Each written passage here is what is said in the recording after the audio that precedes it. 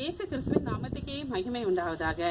என் அன்பு தேவ ஜனமே, இந்த நாளில் உங்களுக்கான ஆண்டவருடைய வார்த்தை 1 பேதுரு 5வது அதிகாரம் 5வது வசனம்.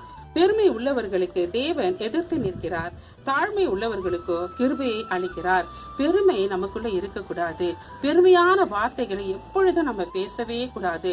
உங்களுடைய வாயிலிருந்து பெருமையான வார்த்தைகளை இந்த நாளில இப்பொழுதே நீங்கள் எடுத்து போட்டுடுங்க. அந்த பெருமை நமக்குள்ள இருக்கும் பொழுது ஆண்டவருடைய கிருபையை நீங்கள் இழந்து விடக்கூடும். ஆண்டவர் பாருங்க, தாழ்மை உள்ளவர்களுக்கு தான் ஆண்டவர் என்ன செய்கிறார்? கிருபையை அளிக்கிறார். அப்போ அந்த கிருபை உங்களுக்கு வேணும் என்று சொன்னால் இன்றைக்கு அந்த பெருமையை அகற்றி விடுங்கள். பெருமை உள்ளவர்களுக்கு கர்த்தரே எதிர்த்து நிற்கிறாராம். அப்போ அந்த கர்த்தருக்கு பிரியமில்லாத காரியம் பெருமை. அப்ப அந்த பெருமை உங்களுக்குள்ள இருக்கவே கூடாது. தரைமட்டமாய் அடியோட வேரோட இன்றைக்கு அந்த பெருமையை நீங்கள் எடுத்து போட்டுடுங்கள்.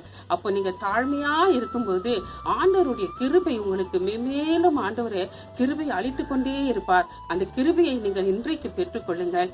பெருமை அகற்றி விடுங்க. உங்கள்கிட்ட இருக்கக்கூடிய எந்த காரியமா இருந்தாலும் எப்பொழுதும் பேசும் பொழுது தாழ்மையுள்ள வார்த்தைகளை பேசுங்கள். பெருமையான வார்த்தைகளை இந்த நாளிலே ஒரு முடிவுக்கு கொண்டு வாங்க.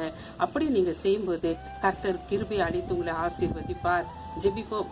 மகிமை நிறைந்த தேவனாகிய கர்த்தாவே, இந்த நாளில கூட அப்பா இந்த பிள்ளைகளுக்குள்ள இருக்கக்கூடிய எல்லா பெருமைகளை எடுத்து போட்டு தாழ்மையை நீ தந்து ஆசீர்வதித்து உடைய கிருபை அவர்களுக்கு அளித்து ஆசீர்வதிக்க முடியாது ஜெபிக்கிறேன். இயேசுவின் மூலம் ஜெபிக்கிறோம் பிதாவே, ஆமென். God bless you.